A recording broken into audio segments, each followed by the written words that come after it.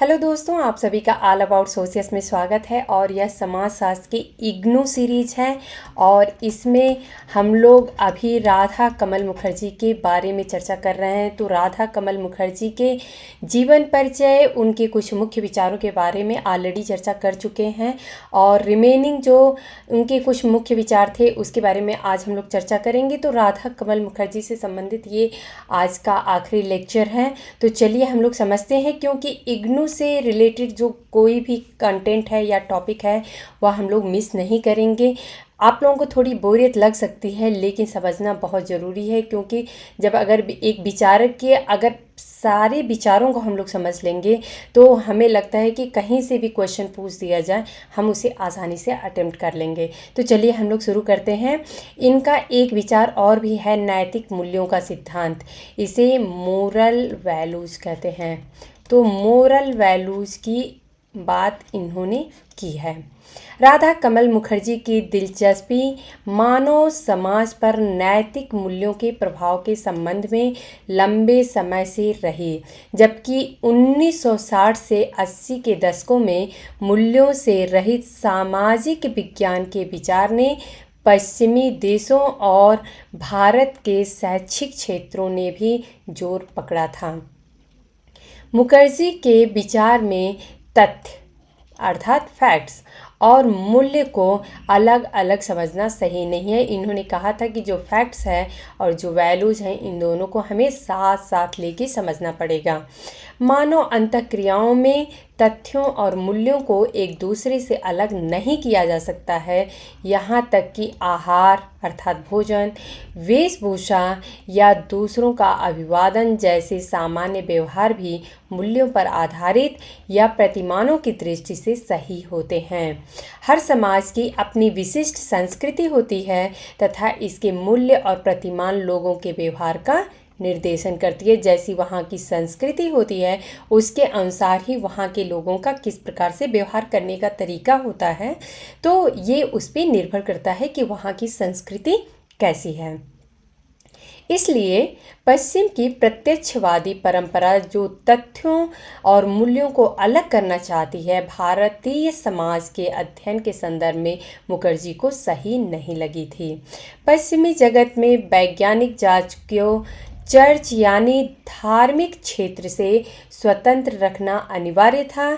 इसीलिए संभवतः वहाँ तथ्यों और मूल्यों को अलग रखने की आवश्यकता महसूस हुई थी। अर्थात पश्चिमी जगत में वेस्टर्न जो कल्चर था, वहाँ के लोगों में वैज्ञानिक जांच को चर्च और धार्मिक क्षेत्रों से अलग रख करके देखा जाना था, क्योंकि वहाँ पे चर्च का वर्चस्व हमें देखने को मिलता था। तो वहाँ पे जो वैज्ञानिक जांच करने की प्रक्रिया शुरू हुई उसे हम चर्च और धार्मिक क्षेत्रों से अलग करके और तब जाके समझे थे। तो वहाँ पे तथ्यों अर्थात जो फैक्ट्स होते हैं, जो हमें दिखते हैं, जिनकी जांच परख कर सकते हैं, उन्हीं को फैक्ट्स बोलते हैं। तो जो तथ्य होते हैं और जो मूल्य होते हैं जो कि वहाँ की संस्कृति से संबंधित होते हैं, इन दोनों को अलग रखने की आवश्यकता वहाँ पे महसूस हुई थी पश्चिमी जगत में। मुखर्जी ने मूल्यों के संबंध में दो मूलभूत मुद्दों की ओर ध्यान दिलाया है।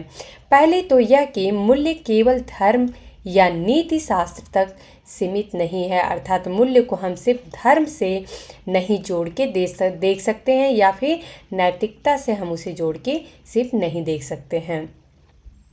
मूल्यों का महत्व अर्थशास्त्र, राजनीति शास्त्र और विधि शास्त्र में भी है। दूसरे शब्दों में मानवीय आवश्यकताओं को ही सामाजिक मूल्यों में परिवर्तित कर दिया जाता है और ये मूल्य समाज के सदस्यों के मन में निविष्ट हो जाते हैं। अर्थात जिस प्रकार से हमारी ज़रूरतें होती हैं, वहाँ की अर्थव्यवस्था या वहाँ की राजनीतिक व्यवस्था है या वहाँ के नियम कानून कौन से होते हैं, वो हमारे मूल्यों से कहीं ना कहीं प्रभावित देखने को मिलते हैं। भारत और चीन जैसी प्राचीन सभ्यताएं अपेक्षाकृत अस्थायी हैं और इन समाजों में मूल्यों का निर्धारण किया जाता रहा है और उन्हें उच्च और निम्न स्तरों में श्रेणी क्रम से संगठित किया गया है। दूसरे ये मूल्य आत्मनिष्ठ और व्यक्तिपरक आकांक्षाओं के परिणाम नहीं होते हैं, अर्थात यह किसी व्यक्ति परक की बात नहीं होती है। यहाँ पे किसी एक व्यक्ति की बात नहीं होगी। जो मूल्य होता है वो पूरे समाज से जुड़ा होता है। ये मूल्य आकांक्षाओं और इच्छाओं में प्रतिस्थापित होते हैं। दूसरे शब्दों में ये मूल्य सामान्य और वस्तुनिष्ठ दोनों होते हैं। तो मुखर्जी ये कहते हैं कि जो मूल्य होते हैं वो वस्तुनिष्ठ भी होते हैं और सामान्य भी होते हैं, यानी उन्हें आनुभाविक पद्धतियों से मापा जा सकता है।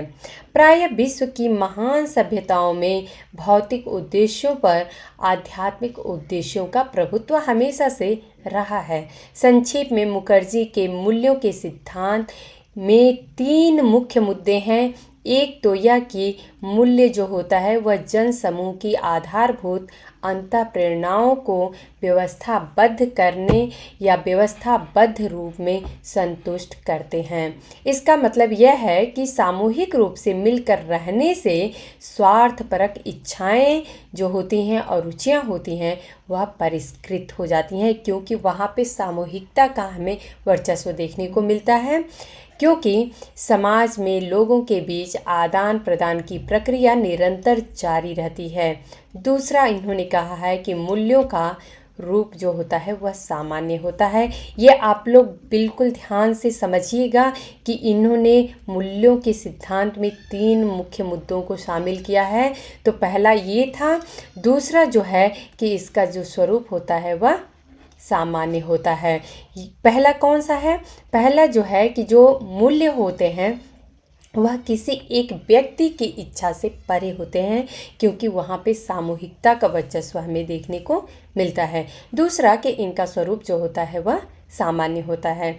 इसमें व्यक्तिगत और सामाजिक दोनों तरह की अभिवृत्तियाँ अर्थात एटीट्यूड्स और अनुक्रियाएं अर्थात रिएक्शन सम्मिलित होती हैं। इसका अभिप्राय यह है कि प्रतीकात्मकता के माध्यम से सभी लोग इन मूल्यों से में साझीदार होते हैं। जैसे उदाहरण के तौर पे किसी राष्ट्र के सभी व्यक्तियों और वर्गों के लिए राष्ट्रीय झंडा जो होता है वह एक समान प्रतीक का माना जाता है। क्योंकि अगर मान लेते हैं कि किसी भी राज्य में, चाहे वह उत्तर प्रदेश हो, चाहे मध्य प्रदेश हो, चाहे हम राजस्थान की बात करें, गुजरात की बात करें, जम्मू कश्मीर की बात करें, या फिर हम लद्दाख की बात करें, या फिर अगर हम साउथ में चले आएँ, दक्षिण भारत की बात करें, तो चाहे आंध्र प्रदेश हो, कर्नाटका हो, तमिलनाडु हो या फिर गोवा हो, जहाँ पे भी अगर हमें तिरंगा दिखेगा तो हमारे अंदर एक राष्ट्रीय भावना आती ही आती है। तीसरा इन्होंने कहा है कि मानव समाज में विभिन्नताओं के बावजूद कुछ सार्वभौम मूल्य भी होते हैं। मानव समुदाय के सभी प्रमुख धर्म इन्हीं सार्वभौम मूल्यों तथा प्रतिमानों के भंडार हैं।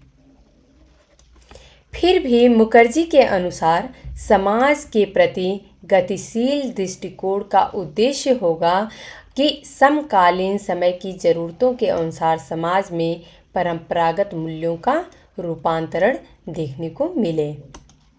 अब यहाँ पे जो राधा कमल मुखर्जी के भारतीय संस्कृति और सभ्यता के बारे में कौन से विचार हैं इसको समझ लेते हैं। तो मुखर्जी ने भारतीय कला और वास्तुकला, इतिहास और संस्कृति के बारे में बहुत कुछ लिखा है।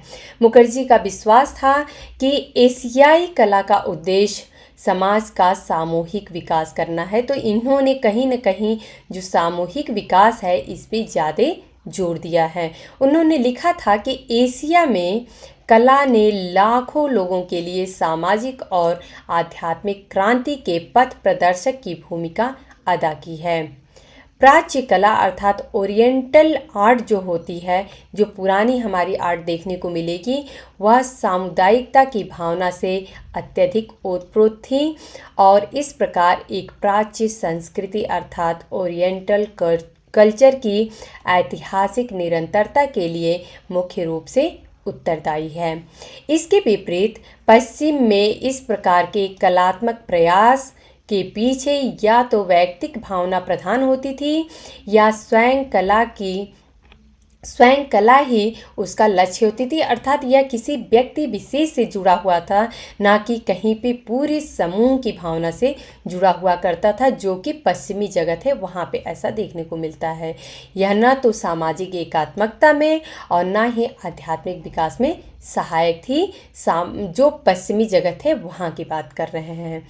भारतीय कला सामाजिक या नैतिक क्षेत्र में अंतर्निहित है। उन्होंने लिखा कि भारत के लाखों मंदिर, स्तूप व विहार आदि कला और नीति शास्त्र के बीच तथा धार्मिक और सामाजिक मूल्यों के बीच संबंधों के स्पष्ट साक्षी हैं।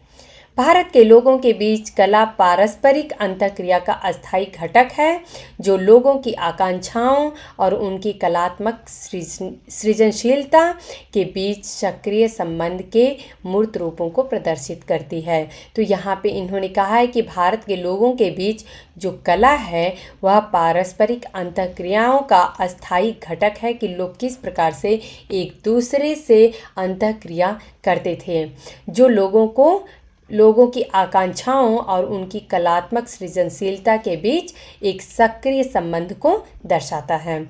भारतीय कला सदैव धर्म के साथ जुड़ी रही है। मुखर्जी हिंदू धर्म, जैन धर्म और बौद्ध धर्म जैसे भारतीय धर्मों की अनाक्रम प्रकृति से अत्यधिक प्रभावित हुए। उन्होंने जो यहाँ की धर्म से जुड़ी हुई जो कलात्मक जो हमें रचनाएं देखने को मिलती थीं, तो उनसे इनका काफ़ी ज़्यादा लगाव, या ये बोलेंगे कि इसका प्रभाव उनके ऊपर ज़्यादा देखने को मिला है। यह भाव उनके भारत के ऐतिहासिक अध्ययन में दिखाई देता है। भारतीय धर्मों की एक उल्लेखनीय विशेषता यह थी कि उनमें किन्हीं विशिष्ट प्रकार के विश्वासों या संस्कारों का आग्रह नहीं था, बल्कि उनका लक्ष्य तो चरम सत्य था। तो वो मानते हैं कि जो भी हमें देखने को मिलता है भारत की कलाकृतियों में, तो इनका आखिरी जो लक्ष्य था वो ये था कि हमें सत्य को जानना है। बहुत से देशों में भारत का प्रभाव किसी युद्ध या विजय के द्वारा नहीं, अपितु मित्रता और भाईचारे के द्वारा संभव हुआ है। सम्राट अशोक के समय से ही भारत के बाहर श्रीलंका, कंबोडिया, तिब्बत तथा अन्य अनेक देशों का शांतिपूर्ण उपनिवेशीकरण हुआ है। भारतीय कला और धर्म ने यहाँ की स्थानीय संस्कृतियों को समृद्ध किया, और इसी प्रक्रिया में वहाँ एक नई संस्कृति का जन्म हुआ है। उदाहरण के रूप में आज भी भारत के धार्मिक महाकाव्य रामायण की विभिन्न शैलियों का प्रदर्शन उपयुक्त देशों में तथा इनके अतिरिक्त इंडोनेशिया, सुमात्रा, त्रिनिदाद आदि कई देशों में भारतीय मूल के लोगों द्वारा किया जाता है। इस प्रकार विदेशी और देसी तत्वों के बीच सामंजस्य की भावना स्पष्ट रूप से दिखाई देती है। यहाँ तक कि भारत में धर्मशास्त्र जैसी हिंदू धर्म की विधि विधान की पुस्तकों में भी पर्याप्त लचीलापन था, ऐसा मुखर्जी मानते हैं, जिससे हिंदू धर्म में भारत के निजातीय विभिन्नताओं को समायोजित किया जा सकता था। यदि इन धार्मिक विधि विधानों की ठीक ढंग से व्याख्या की जाए तो पता चलता है कि इनमें मूल्यों और प्रतिमानों का ऐसा ढांचा प्रस्तुत किया गया है कि जिसमें विभिन्न समूह एक साथ व्यवस्थित रूप से रह सकते हैं। इससे ज्ञात होता है कि भारत की कला और यहाँ का धर्म अत्यधिक सहिष्णु थे, अर्थात इनमें काफ़ी लचीलापन देखने को मिलता है। मुखर्जी के सार्वभौम सभ्यता की संकल्पना भी इन्होंने दी है। तो इनकी आंखें में सार्वभौम सभ्यता की संकल्पना कौन सी है ये देख लेते हैं। मुखर्जी ने समाज के सामान्य सिद्धांत द्वारा सार्वभौम सभ्यता के मूल्यों की व्याख्या करनी चाहिए। उन्होंने सभ्यता शब्द से संस्कृति को भी शामिल किया था। तो जो सभ्यता शब्द है इसमें इन्होंने संस्कृति को भी शामिल किया था। सभ्यता को संस्कृति से इसमें इन्होंने अलग नहीं माना था। उनके अनुसार मानव सभ्यता का अध्ययन 3 स्तरों पर किया जाना चाहिए। तो इन्होंने मानव सभ्यता का अध्ययन आखिर में कैसे करना है, इसके बारे में भी इन्होंने डिटेल में व्याख्या की है। इसको हम लोग समझते हैं। ये स्तर जो है वह एक दूसरे से संबंध है, और ये हैं, पहला इन्होंने बोला है कि मानव के जैविक विकास ने सभ्यता के उदय व विकास में सहायता की है। किस प्रकार से मानव के जैविक विकास हुए, अर्थात उनके सोचने समझने की क्षमता बढ़ी, इसी से उनकी जो सभ्यता रही है उसमें भी काफ़ी हद तक विकास देखने को मिला। ये दोनों, मानव का जैविक विकास और सभ्यता का विकास, दोनों एक दूसरे से अंतर संबंधित हमें नज़र आते हैं।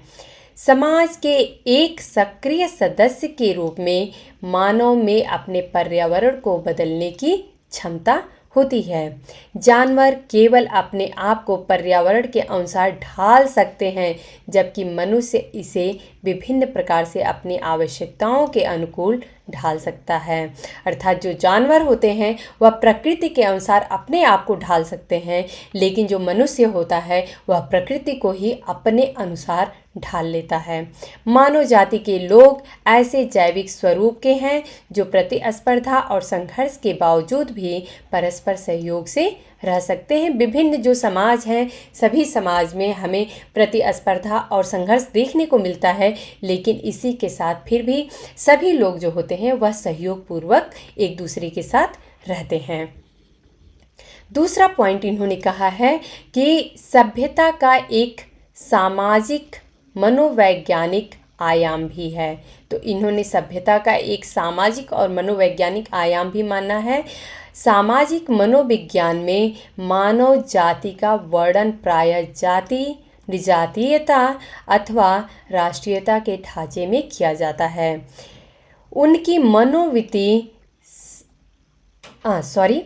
ऐसा समझा जाता है कि मानव जाति स्वार्थ या अहम के शिकंजे में फंसी हुई है, और उसकी जो मनोवृत्ति होती है वह संकुचित या निजाति केंद्रित होती है, क्योंकि जो जहाँ रहता है वो अपने क्षेत्र की ज़्यादा सपोर्ट करता है कि नहीं, हमारा जो कल्चर है, हमारा रहने का तरीका है वह ज़्यादा अच्छा है। तो ऐसा प्रत्येक समाज में पाया जाता है।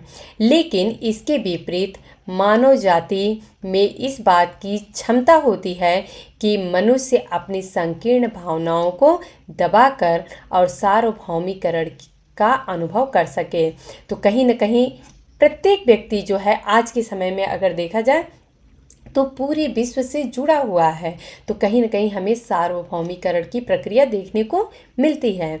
इसका अभिप्राय है कि लोग अपने आप को राष्ट्र या विश्व समुदाय की समष्टि के सदस्य के रूप में देख सकते हैं कि हम पूरे विश्व में हम भी एक हिस्सा हैं उसके। इस प्रक्रिया में मानव के सामान्य मूल्यों की मदद से सार्वभौम मूल्यों का व्यक्ति विशिष्ट मूल्यों पर जो प्राधान्य है वो हो जाता है। आज के युग में नैतिक सापेक्षवाद अर्थात इथिकल रिलेटिविज्म या एक समाज से दूसरे समाज में मूल्यों के बीच अंतर से कोई सहायता नहीं मिलती है।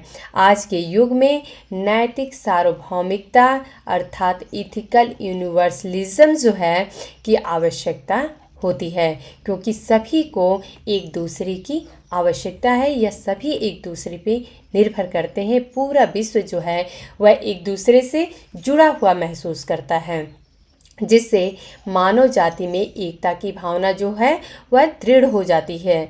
इस नए परिप्रेक्ष्य में जन समूह के सदस्य स्वेच्छा से नैतिक अभिकर्ता बनकर मानवता को जोड़ने वाले सामान्य तत्वों को पहचान कर सकें। ये लोग सापेक्षिकता या विभाजित करने वाले तत्वों से प्रभावित न हों। डॉक्टर मुखर्जी के जीवन काल में कही गई ये विचार उक्तियाँ 21वीं सदी के प्रारंभ में भी 100% लागू होती हैं और ये हमें आज भी दिखाई देती हैं। तीसरा इन्होंने कहा था कि सभ्यता एक आध्यात्मिक आयाम भी है। तो यहाँ पे सभ्यता को इन्होंने आध्यात्मिकता से भी जोड़ के देखा था। धीरे धीरे मनुष्य जो है वह उच्चतम बुलंदियों को लांघता जा रहा है, अर्थात वह जीवजन्य अर्थात बायोजेनिक और अस्तित्व अर्थात एग्जिस्टेंशियल संबंधी स्तरों के प्रतिबंधों को यानी मनुष्य की भौतिक और सांसारिक सीमाओं को पार करता हुआ आध्यात्मिकता की सीढ़ियों पर ऊपर चढ़ता जा रहा है। तो इन्होंने कहा है कि जो मनुष्य है, जो उसकी सभ्यता है, तो वह कहीं न कहीं एक आध्यात्मिकता से भी जुड़ी हुई होती है। वह सिर्फ और सिर्फ अगर देखा जाए तो बायोजेनिक अर्थात जीव जन्य या अस्तित्व संबंधी जो स्तर हैं सिर्फ उतने तक वह सीमित न होके, बल्कि वह जैसे जैसे सभ्यता का विकास होता जा रहा है, व्यक्ति आध्यात्मिकता की तरफ भी आगे को बढ़ता जा रहा है। इस प्रयास में कला, मिथक और धर्म ने आध्यात्मिक क्षेत्र में आगे बढ़ने की प्रेरणा दी है। अभी तक सामाजिक विज्ञानों ने इस सांस्कृतिक तत्वों को नज़रअंदाज ही किया है और ये किसी भी प्रकार का आध्यात्मिक परिप्रेक्ष्य प्रदान करने में पूर्णतः असफल रहे हैं। तो इन्होंने माना है कि अब तक के जो भी सामाजिक विज्ञान थे, उन्होंने ये जो सांस्कृतिक तत्व हैं उनको नज़रअंदाज कर दिया है और इस प्रकार से इन्होंने जो आध्यात्मिक परिप्रेक्ष्य है उसको भी उन्होंने नहीं देखा है। संयोग से इसी प्रकार का कथन जर्मन समाजशास्त्री कार्ल मैनहाइम ने भी दिया है, जिसने संस्कृति के समाजशास्त्र के बारे में लिखा है। तो यहाँ पे एक और फैक्ट्स आप लोगों को मिल रहा है कि सोशियोलॉजी ऑफ कल्चर के बारे में कार्ल मैनहाइम ने भी बात की है। मैनहाइम ने इस बात की ओर ध्यान दिया कि पाश्चात्य समाज विज्ञानियों ने प्रत्यक्षवाद और संरचनात्मक प्रकारवाद के कठोर नियमों के प्रभाव में सांस्कृतिक आयामों अर्थात कलाओं, मिथकों, प्रतीकों आदि की उपेक्षा की है।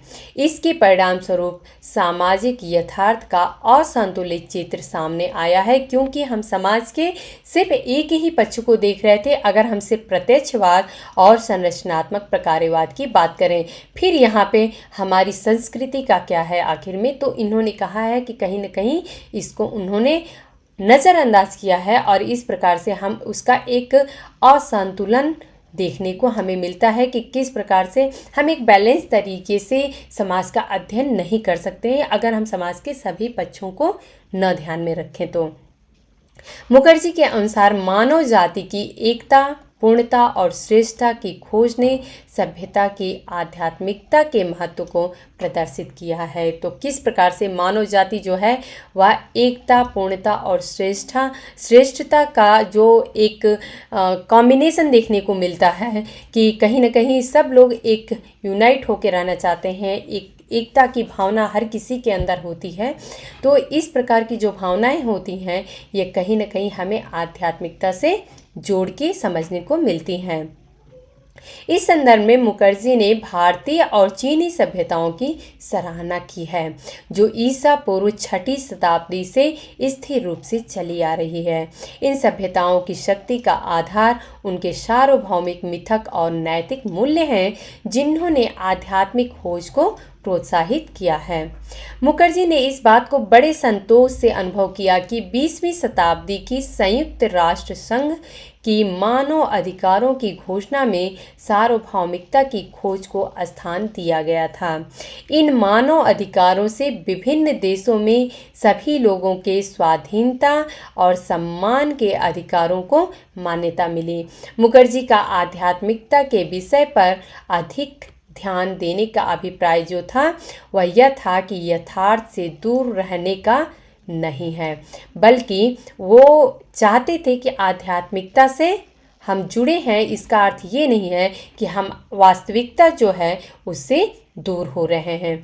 उन्होंने कहा कि मानव समाज की प्रगति तभी संभव है जब विभिन्न देशों के बीच संपत्ति और ताकत की स्पष्ट दिखाई देने वाली असमानताओं को कम किया जा सकेगा। तो उन्होंने कहा था कि जो मानव समाज की प्रगति है वह तभी संभव हो सकती है जब विभिन्न देशों के बीच जो ये संपत्ति और ताकत की हमें स्पष्ट जो असमानताएं दिखाई दे रही हैं इनको कम किया जा सके।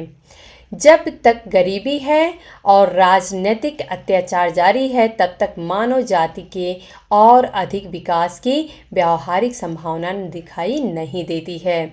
विश्व में उत्पीड़न के प्रति मानव की वर्तमान सजगता ने सार्वभौम मूल्यों और प्रतिमानों की खोज को प्रोत्साहित किया है। तो हम लोग देखते हैं कि किस प्रकार से अंतर्राष्ट्रीय स्तर पे ऐसे बहुत सारे नियम बनाए जाते हैं जो कि मानव के अधिकारों के लिए ज़्यादा सहायता देती हैं। अब यहाँ पे राधा कमल मुखर्जी से संबंधित कुछ महत्वपूर्ण किताबें जो कि इग्नू के किताब में थी वो मैंने यहाँ पे मेंशन किया है। इसके पहले मैं राधा कमल मुखर्जी से संबंधित जब उनके जीवन परिचय को बता रही थी तो वहाँ पे मैंने विकिपीडिया से भी कुछ किताबों को मैंने लिया था जो मुझे लगा था कि महत्वपूर्ण है और राधा कमल मुखर्जी से संबंधित है, विभिन्न परीक्षाओं में पूछा जा सकता है, तो उसको मैंने वहाँ पे ऑलरेडी मेंशन किया था। लेकिन यहाँ पे राधा कमल मुखर्जी से संबंधित जो इग्नू की किताब में उनकी किताबों को दिया गया है तो वो मैं यहाँ पे मेंशन की हूँ, क्योंकि ये जो किताबें हैं जो कि समाजशास्त्र के विषय से हम लोग पढ़ रहे हैं, इग्नू की किताब से पढ़ रहे हैं और राधा कमल मुखर्जी को पढ़ रहे हैं, तो उनकी जो ये किताबें हैं वो बहुत ज़्यादा इम्पॉर्टेंट है। तो इसको हम लोग समझ लेते हैं। इसको जो है वो आप लोग ज़रूर याद रखिएगा। इनकी पहली पुस्तक the regional balance of man ये 1938 में प्रकाशित हुई थी। इनकी दूसरी पुस्तक है इंडियन वर्किंग क्लास जो कि 1940 में प्रकाशित हुई थी। तीसरी पुस्तक है the social structure of values, very very important, विभिन्न परीक्षाओं में ये जो है किताब वह पूछी गई है। ये सिर्फ किताब ही नहीं बल्कि जहाँ पे सोशियोलॉजी ऑफ वैल्यूज़ की बात होती है या मूल्यों के समाजशास्त्र की बात होती है तो वहाँ पे हम लोगों ने सिर्फ और सिर्फ राधा कमल मुखर्जी को ही जाना है। तो ये इनकी पुस्तक का ही नाम है the social structure of values जो कि 1955 में प्रकाशित हुई है। इनकी चौथी पुस्तक फिलॉसफी ऑफ सोशल साइंसेस जो कि 1960 में प्रकाशित हुई है और इनकी पांचवी पुस्तक फ्लावरिंग ऑफ इंडियन आर्ट। तो यहाँ पे आप लोग देख सकते हैं कि इन्होंने इंडियन आर्ट के बारे में भी काफ़ी कुछ लिखा है और अध्ययन किया है। तो ये पुस्तक इनकी 1964 में प्रकाशित हुई थी। उम्मीद है दोस्तों कि आज आप लोगों को राधा कमल मुखर्जी से संबंधित जो टॉपिक थे वो अच्छे से समझ में आए होंगे और जो भी इग्नू में कंटेंट था राधा कमल मुखर्जी से संबंधित यही कंटेंट था और इससे ज़्यादा हमें नहीं लगता है कि राधा कमल मुखर्जी के विचारों को और कहीं पूछा जा सकता है। तो ये कंप्लीट जो एक बोलेंगे राधा कमल मुखर्जी से संबंधित टॉपिक वो हम लोगों ने इग्नू बेस्ड कंप्लीट किया है। तो बस आप लोग ऐसे ही पढ़ते रहिए, हमारे साथ जुड़े रहिए। धन्यवाद।